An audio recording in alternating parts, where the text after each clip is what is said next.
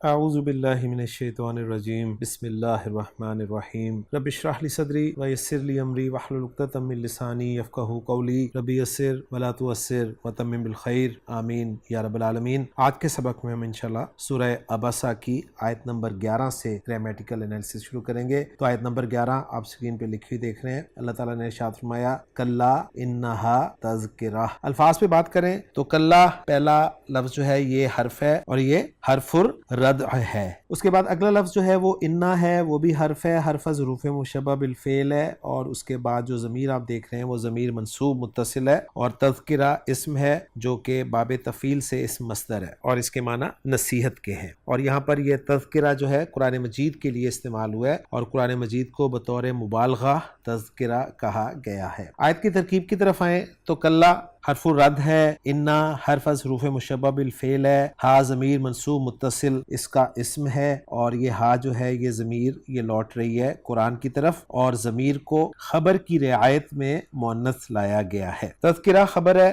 انا حرف حروف مشبہ بالفعل اپنے اسم اور خبر سے مل کر جملہ اسمیہ خبریہ ہوا اور جملہ مستانفہ ہوگا، لا محل لہا من الاعراب کی کیٹیگری میں چلا جائے گا، اور ترجمہ کریں گے ہم اس جملے کا، اس آیت کا، ہرگز نہیں بے شک یہ قرآن تو ایک نصیحت ہے۔ آیت نمبر 12 ہے فَمَن شَاءَ ذَكَرَهُ۔ فا حرف ہے، من اسم موصول ہے، اور شاء فعل ہے، واحد مذکر غائب کا صیغہ ہے، فعل ماضی، شین یا حمزہ مادہ بہت دفعہ ہم کر چکے ہیں۔ ذکرہ فعل ہے، فعل ماضی، واحد مذکر غائب کا صیغہ ہے، ذکر یذکر باب نصر ینصر سے استعمال ہوتا ہے، یہ بھی بہت دفعہ ہم کر چکے ہیں۔ ہا ضمیر منصوب متصل آگے فعل کے استعمال ہوئی ہے۔ ترکیب کی طرف آئیں تو فا کو میں دیکھ رہا تھا کہ معترضہ مانا گیا ہے، گویا جملہ معترضہ آگے آ رہا ہے، جس میں پھر من جو ہے وہ من شرطیہ ہے، اس لیے کہ جس من کے بعد دو جملے آ جائیں تو وہ من جو ہے وہ شرطیہ ہوتا ہے۔ تو دیکھیں دو جملے آ رہے ہیں، ایک جملہ شاء اور دوسرا جملہ ذکرہ۔ تو من شرطیہ ہے اور من شرطیہ ترکیب میں مبتدا بنتا ہے، جس کے بعد پھر شرط اور جواب و شرط مل کر من شرطیہ مبتدا کے لیے خبر بنتے ہیں۔ تو اب ہم خبر والے حصے کو انالائز کریں گے جو کہ شرط اور جواب و شرط یا جزا کا مجموعہ ہوگا۔ تو شرط والا حصہ ہے شاء، فعل با فاعل ہے، ہوا ضمیر مرفوع متصل اس کا فاعل ہے، فعل اپنے فاعل سے مل کے جملہ فعلیہ ہو کے شرط، اور جواب و شرط ہے ذکرہ جو کہ فعل فاعل اور مفعول بہ کا مجموعہ ہے، ہوا ضمیر مرفوع متصل فاعل ہے، اور ہا ضمیر منصوب متصل مفعول بہ ہے۔ فعل اپنے فاعل اور مفعول بہ سے مل کر جملہ فعلیہ ہو کر جواب و شرط، شرط اپنے جواب و شرط سے مل کر جملہ شرطیہ ہو کر خبر، اور من مبتدا اپنی خبر کے ساتھ مل کر جملہ اسمیہ ہو گیا، اور فا کو معترضہ قرار دیا ہے تو یہ جملہ معترضہ ہو جائے گا جس کا کوئی اعراب نہیں ہوتا۔ ترجمہ کریں گے، اب جو چاہے اسے یاد کر لے، یا تذکرہ نصیحت کے معنی میں استعمال ہوا ہے تو ترجمہ پھر ہم کریں گے اس کا، سو جس کا جی چاہے اس کو قبول کر لے۔ آیت نمبر 13 تین الفاظ پہ مشتمل ہے، فی صحف مکرمہ، جس میں فی حرف ہے، حرف جر ہے، اس کے بعد صحف جو ہے یہ جمع مکسر اسم ہے جس کا واحد صحیفہ ہے، اور صحف کے معنی اوراق جن میں کوئی تحریر ہو، کتابیں یا صحیفے۔ اور اگلا لفظ ہے مکرمہ جو کہ باب تفعیل سے اسم مفعول واحد مؤنث کا صیغہ ہے، کاف را میم مادہ، کرمہ یکرم تکریماً عزت کرنا یا عزت دینا، اور مکرم جو ہے وہ اسم مفعول کا صیغہ ہوگا جس کی مؤنث پھر مکرمہ ہوگی یعنی صاحب عزت۔ ترکیب کی طرف آئیں تو فی حرف جر ہے جس کا مجرور صحف ہے جو کہ موصوف ہے، اور مکرمہ صفت ہے صحف کی، اس لیے کہ صحف جو ہے وہ غیر عاقل کی جمع ہے جس کے لیے صفت جو ہے واحد مؤنث استعمال ہوئی ہے۔ موصوف اپنی صفت سے مل کر مجرور ہو گیا فی حرف جر کے لیے، اور فی حرف جر اپنے مجرور سے مل کر، ایک رائے یہ ہے کہ ہوا مبتدا محذوف مانا گیا ہے جس کی پھر خبر جو ہے وہ فی صحف مکرمہ بنائی گئی ہے، اور دوسری رائے یہ ہے کہ اوپر جو انا استعمال ہوا ہے یہ اس کی دوسری خبر ہے۔ بہرحال زیادہ آسان یہ ہے کہ یہاں پر ہوا ایک مبتدا محذوف مان لیں جس کی خبر پھر ہم فی صحف مکرمہ کو قرار دیں، اور ترجمہ ہم کریں گے وہ ایسے صحیفوں میں درج ہے جو بڑے مقدس ہیں۔ اس کے بعد اگلی آیت، آیت نمبر 14 ہے مرفوعۃ مطہرۃ۔ دو الفاظ پر مشتمل یہ آیت ہے جس میں پہلا لفظ ہے مرفوعہ جو کہ مجرور استعمال ہوا ہے، اور یہ رافع عین مادے سے اسم مفعول کا صیغہ ہے، واحد مؤنث کا صیغہ ہے۔ رفع یرفع بہت دفعہ ہم کر چکے ہیں بلند کرنا کے معنی میں، مطہرہ یہ بھی صیغہ اسم المفعول ہے لیکن یہ باب تفعیل سے آیا ہے، طہارا مادہ ہے، باب تفعیل میں طہرا یطہر تطہیرن، اس سے مطہرن اسم الفاعل اور مطہرن اسم المفعول جس کی مؤنث پھر مطہراتن آئے گی مرفوع فارم میں، اور یہاں پر یہ مجرور استعمال ہوا ہے۔ طہرا یطہر تطہیرن کے معنی ہوتے ہیں پاک کرنا، اور مطہرا مقدس نہایت ستھرے معنی میں اس لفظ کو استعمال کیا جائے گا۔ ترکیب کریں تو مرفوعتن مجرور ہے، یہ بھی صفت ہے، اور مطہراتن مجرور ہے، یہ بھی صفت ہے۔ گویا پچھلی آیت میں، آیت نمبر 13 میں صحف کی پہلی صفت جو ہے وہ مکرمہ تھی، دوسری صفت مرفوعہ اور تیسری صفت مطہرہ قرار دے دی جائے گی۔ اس کے بعد اگلی آیت، آیت نمبر 15 ہے بِأَيْدِي سَفَرَةٍ۔ الفاظ سے بات کریں تو با حرف ہے، حرف جر ہے، ایدی یہ ید کی جمع ہے، ید کے معنی ہاتھ ہوتے ہیں، اور ایدن کے معنی کافی سارے ہاتھ، یعنی ہاتھ کی جمع ہے۔ اور ایدن چونکہ ایک اسم منقوص ہے، اور اسم منقوص کا اعراب ہم جانتے ہیں کہ مرفوع اور مجرور فارم میں دو زیر کے ساتھ آتا ہے، اور منصوب فارم میں نارمل استعمال ہوتا ہے۔ اور اس کی ایک ایگزامپل میں نے آپ کو اچھی طرح یاد کرائی ہوئی ہے، قاضی، جس کو مرفوع فارم میں ہم قاضن، مجرور فارم میں قاضن، اور منصوب فارم میں قاضین کہیں گے۔ اس طرح یدن کی جمع جو ہے وہ ایدن بنے گی، تو ایدن مرفوع ہوگا، ایدن مجرور ہوگا، ایدین منصوب ہوگا۔ اور میں نے آپ کو یہ بتایا ہوا ہے کہ اس میں منقوص کی یا جو ہے مرفوع اور مجرور فارم سے جب ڈراپ ہوتی ہے تو دو صورتوں میں وہ واپس آ جاتی ہے۔ ایک صورت یہ ہوتی ہے کہ جب اس پہ الف لام داخل ہو جائے تو وہ یا واپس آ جاتی ہے، اور دوسری صورت یہ کہ اگر اس میں منقوص کو ہم مضاف بنا کر لائیں تو وہ یا واپس آ جاتی ہے۔ تو یہاں پر دیکھیں ایدی میں یا واپس آئی ہوئی ہے، اور الف لام داخل نہیں ہوا، تو دوسری پاسبلٹی یہاں پر بن رہی ہے کہ ایدی کا لفظ یہاں پر مضاف بن رہا ہے۔ سفراتن، سین فا را مادے سے جمع ہے سافر کی، یعنی جمع مکسر ہے، اور اس پیٹرن پہ یا اس وزن پہ کافی ساری جمع مکسر آتی ہیں، ان کو یاد کر لیں، جو کہ اسی سورہ مبارکہ میں انشاءاللہ تعالی آئیں گی۔ ایک تو یہ سافر کی جمع سفرہ، فاجر کی جمع فجرہ، بار کی جمع بررہ، کافر کی جمع کفرہ، یہ ساری جمع مکسر جو ہیں وہ اس سورہ مبارکہ میں استعمال ہوں گی۔ تو سافر کے معنی لکھنے والے مراد فرشتے ہیں۔ ترکیب کی طرف آئیں تو با حرف جر ہے، ایدی مضاف ہے، اور سفرہ مضاف الیہ ہے، مضاف اپنے مضاف الیہ سے مل کے مجرور ہوا با حرف جر کے لیے، اور با حرف جر اپنے مجرور سے مل کر چوتھی صفت بن جائے گی صحف کی، اس لیے کہ صحف نکرہ ہے، اور نکرہ کے بعد جار مجرور آ جائے تو وہ بھی اس کی صفت ہی بنتا ہے۔ ترجمہ انشاءاللہ تعالی اکٹھا ہم اینڈ پہ دیکھ لیں گے۔ اگلی آیت جو کہ آیت نمبر 16 ہے، چھوٹی چھوٹی آیات ہیں اس سورہ مبارکہ کی، کرامم بررہ۔ تو کرام جو ہے یہ بھی جمع مکسر ہے کریم کی، اور کریم جو ہے باعزت کے لیے لفظ استعمال ہوتا ہے۔ بررہ بار کی جمع ہے، بار را مادے سے اسم الفاعل بار بنتا ہے، اور بار کے معنی نیک کے ہوتے ہیں۔ ترکیب کے اعتبار سے یہ دونوں مجرور ہیں، لہٰذا انہیں سفرہ جو پچھلی آیت میں لفظ استعمال ہوا ہے نا لکھنے والے، ان کی صفات مانا گیا ہے، یعنی وہ لکھنے والے جو ہیں وہ کرام ہیں اور نیکوکار ہیں۔ تو یہاں پر تقریباً صفات والا سلسلہ جو ہے مکمل ہو جاتا ہے۔ اگر میں مختصر سا ریویو آپ کے سامنے رکھ دوں کہ فی صحف مکرمہ میں صحف جو موصوف تھا اس کی ایک صفت مکرمہ ہے، دوسری صفت مرفوعہ ہے، تیسری صفت مطہرہ ہے، چوتھی صفت بِأَيْدِي سفرہ ہے، جس میں کرامم اور بررہ جو ہیں یہ سفرہ کی دو صفات ہیں۔ اور پھر صحف موصوف اپنی چاروں صفات سے مل کر مجرور ہوا فی حرف جر کے لیے، اور فی حرف جر اپنے مجرور سے مل کر ہوا مبتدا کے لیے خبر بن گیا۔ تو الحمدللہ جی آیت نمبر 16 تک ہمارا جو ہے وہ انالیسس مکمل ہو گیا۔ آیت نمبر 17 کی طرف چلتے ہیں۔ اسکرین پہ آپ لکھا ہوا دیکھ رہے ہیں، اللہ تعالیٰ نے فرمایا کہ قتل الانسان ما اکفرہ۔ الفاظ پہ بات کریں تو پہلا لفظ جو ہے وہ قتلہ فعل ہے، فعل ماضی ہے، اور فعل ماضی کا پہلا حرف اگر پیش والا ہو تو یہ مجہول ہوتا ہے، تو قتلہ فعل مجہول کا صیغہ ہے۔ قاف تا لام مادہ باب نون سے استعمال ہوتا ہے۔ قتلہ یقتلو قتلاً قتل کرنا، مار ڈالنا، اور قتلہ یقتلو قتلاً مارا جانا۔ الانسان مرفوع اسم استعمال ہوا ہے۔ آگے آ رہا ہے ما اکفرہ، یہ افعال تعجب میں سے ایک صیغہ استعمال ہوا ہے۔ ہم جانتے ہیں کہ گرامر کی کتابوں میں ایک ٹاپک پڑھایا جاتا ہے افعال تعجب کا، جس کے دو صیغے ہوتے ہیں، ایک ہوتا ہے ما افعلہ اور دوسرا ہوتا ہے افعل بہ۔ تو یہ پہلا والا صیغہ ہے ما افعلہ، جس میں پھر ماں کو جو ہے وہ اس میں استفہام کنسیڈر کیا جاتا ہے. باقی اس کے بارے میں انشاءاللہ تعالی ترکیب میں بتا دیتا ہوں. قتل فعل مجہول ہے اور الانسان اس کا نائب فاعل ہے اس لیے مرفوع ہے. اور ما اکفرہ جو صیغہ تعجب ہے اس کی ترکیب کچھ اس طرح کی جاتی ہے کہ ماں کو اس میں استفہام مبتدا بنایا جاتا ہے، پھر جس کی خبر جو ہے وہ اکفرہ لائی جائے گی، جس میں کاف فا را مادہ باب افعال سے آئے گا تو اکفرہ یکفر اکفارن. اکفرہ میں اکفرہ فعل با فاعل ہے اور ہا ضمیر منصوب متصل جو ہے یہ مفعول بھی ہے. فعل اپنے فاعل اور مفعول بھی سے مل کر جملہ فعلیہ ہو کر خبر بن جائے گا ما مبتدا کے لیے، اور ما مبتدا اپنی خبر سے مل کر ما اکفرہ جملہ اسمیہ جو ہے اس کو استئناف بیانی مانا گیا ہے، اور قتل الانسان جو ہے اس کو جملہ مستأنفہ مانا گیا ہے. ترجمہ ہم کریں گے ان دونوں جملوں کا. قتل الانسان ہلاک ہو جائے انسان، ما اکفرہ وہ کتنا ناشکرہ ہے. آیت نمبر 18 ہے من ای شیء خلقہ، جس میں من حرف ہے، حرف جر ہے. ای جو ہے یہ اس میں استفہام ہے، اور ہم جانتے ہیں کہ ای واحد اس میں استفہام ہے جو کہ مبنی نہیں ہے اور یہ مضاف ہو کر آتا ہے. تو من کی وجہ سے آپ دیکھ لیں ایو سے ای ہوا ہے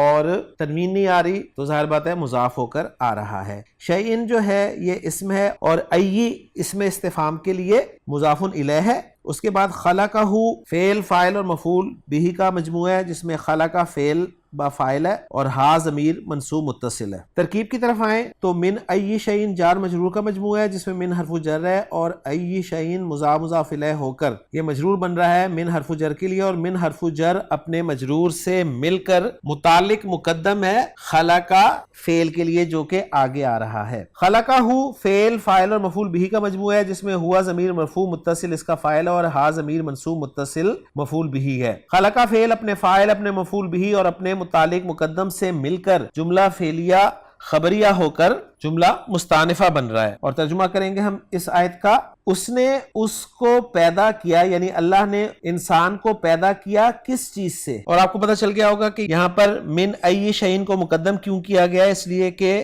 اس میں استفہام استعمال ہوا ہے اور اسماء استفہام جو ہیں وہ صدارت کلام چاہتے ہیں. اور یہاں پر استفہام جو ہے یہ تقریر کے لیے ہے، اور تقریر جو ہے مع تحقیر ہے، یعنی تحقیر کے ساتھ تقریر ہے. اور پچھلی آیت میں قتل الانسان ما اکفرہ میں ما جو تھا وہ استفہام کے لیے آیا تو وہ توبیخ کے لیے ہے. آیت نمبر 19 ہے من نطفہ خلقہ فقدرہ. تو دو پارٹس میں ڈیوائیڈ کر لیتے ہیں ہم اس آیت کو. ایک پارٹ ہو جائے گا من نطفہ اور دوسرا ہو جائے گا خلقہ فقدرہ، بلکہ دوسرے پارٹ کو بھی مزید دو پارٹس میں ڈیوائیڈ کریں گے. ایک ہو جائے گا خلقہ اور دوسرا ہو جائے گا فقدرہ. تو پہلا پارٹ جو ہے من نطفتن، اس کو انالائز کریں تو من حرف ہے، حرف جر ہے، اور نطفہ جو ہے یہ مجرور ہے، اور نطفہ کے معنی ہوتے ہیں قطرہ منی. من نطفہ جار مجرور یہ متعلق ہے خلقہ فعل محذوف کے، اور خلقہ فعل اپنے فاعل اور متعلق سے مل کر جملہ فعلیہ ہو کر جواب بن رہا ہے. پچھلی آیت میں جو سوال تھا نا کہ اسے کس چیز سے پیدا کیا گیا، تو جواب دیا گیا خلقہ من نطفہ، اس نے اسے نطفے سے پیدا کیا. اس کے بعد اگلے جملے کے جو دو حصے ہم نے کیے، اس میں پہلا حصہ ہے خلقہ جو کہ خلقہ فعل با فاعل ہا ضمیر منصوب متصل مفعول بھی جملہ فعلیہ ہو کر معطوف علیہ بن رہا ہے. ترجمہ کریں گے اس نے اسے پیدا کیا، فا کو عاطفہ مان لیں گے. آگے آئے گا قدرہ، جس میں قدرہ فعل ہے، قاف دال را مادہ باب تفعیل، قدرہ یقدر تقدیرن اندازہ لگانا، اور ہا ضمیر جو ہے منصوب متصل ہے. قدرہ فعل اپنے فاعل ہوا ضمیر مرفوع متصل اور ہا ضمیر منصوب متصل سے مل کر جملہ فعلیہ ہو کر معطوف ہو رہا ہے. تو خلقہ معطوف علیہ ہو گیا اور قدرہ معطوف ہو گیا. ترجمہ کریں گے ہم ان دونوں جملوں کا. اس نے اس کو پیدا کیا اور اس نے اس کا اندازہ مقرر کیا. اس کے بعد اگلی آیت ہے آیت نمبر 20 ثم السبیل یسرہ. ثم جو ہے وہ حرف ہے، حرف عطف ہے، السبیل اسم ہے، یہاں پر منصوب استعمال ہوا ہے، راستے کے معنی میں آتا ہے یہ لفظ. اور یسرہ فعل ہے، واحد مذکر غائب کا صیغہ ہے، فعل ماضی یا سین را مادہ باب تفعیل یسرہ یسرو تیسیرن، جس کے معنی آسان کرنا کے ہوتے ہیں. ہا ضمیر منصوب متصل استعمال ہوئی ہے. ترکیب کی طرف آئیں تو ثم حرف عطف ہے اور السبیلہ یسرہ یہ وہی اسلوب ہے اشتغال الفعل والا جو ہم تفصیل سے کر چکے ہیں کہ السبیلا یہاں پر مفعول بھی ہے ایک محذوف فعل یسرا کے لیے، اور یسرا فعل اپنے فاعل اور مفعول بھی سے مل کر جملہ فعلیہ ہو کر مفسر بن جائے گا، جس کے لیے پھر مفسر جو ہے وہ یسرہ آگے آ رہا ہے، جو کہ مکمل ایک جملہ فعلیہ ہے جس میں یسرا فعل ہے، ہوا ضمیر مرفوع متصل اس کا فاعل ہے، اور ہا ضمیر منصوب متصل مفعول بھی ہے، اور پھر مفسر اپنے مفسر سے مل کر عطف ہو جائے گا پچھلے فعل پر۔ اور ترجمہ کریں گے ہم اس جملے کا، پھر اس کے لیے راستہ بھی آسان بنایا۔ آیت نمبر 21 ہے ثم اماتہ فاکبرہ۔ اس کے ہم دو جملے بنا لیتے ہیں، ایک بنا لیتے ہیں جی ثم اماتہ اور دوسرا بنا لیتے ہیں فاکبرہ۔ ثم حرف عطف ہے، اماتہ فعل ماضی کا صیغہ ہے، واحد مذکر غائب، میم واو تا مادہ باب فعل، اموتا یموتو تبدیلی کے بعد اماتا یمیتو اماتتن مارنا، موت دینا کے معنی میں استعمال ہوتا ہے، ہا ضمیر منصوب متصل استعمال ہوئی ہے ساتھ، اماتہ فعل اپنے فاعل، ہوا ضمیر مرفوع متصل اور مفعول بھی ہا ضمیر منصوب متصل سے مل کر جملہ فعلیہ ہو کر معطوف علیہ بن گیا۔ فاکبرہ میں فا عاطفہ ہے، اکبرہ جملہ فعلیہ ہے جس میں اکبرہ فعل ہے، کاف با را مادہ ہے، باب فعل اکبرہ یکبرو اکبارن جس کے معنی ہوں گے کسی کے لیے قبر بنانا یا قبر میں رکھنا۔ تو اکبرہ فعل با فاعل ہے، ہوا ضمیر مرفوع متصل فاعل ہے، اور ہا ضمیر منصوب متصل مفعول بھی ہے، فعل اپنے فاعل اور مفعول بھی سے مل کر جملہ فعلیہ ہو کر معطوف ہو گیا۔ اور ترجمہ کریں گے ہم ثم اماتہ فاکبرہ کا، پھر اس نے اسے موت دی اور قبر میں پہنچا دیا۔ آیت نمبر 22 ہے ثم اذا شاء انشرہ۔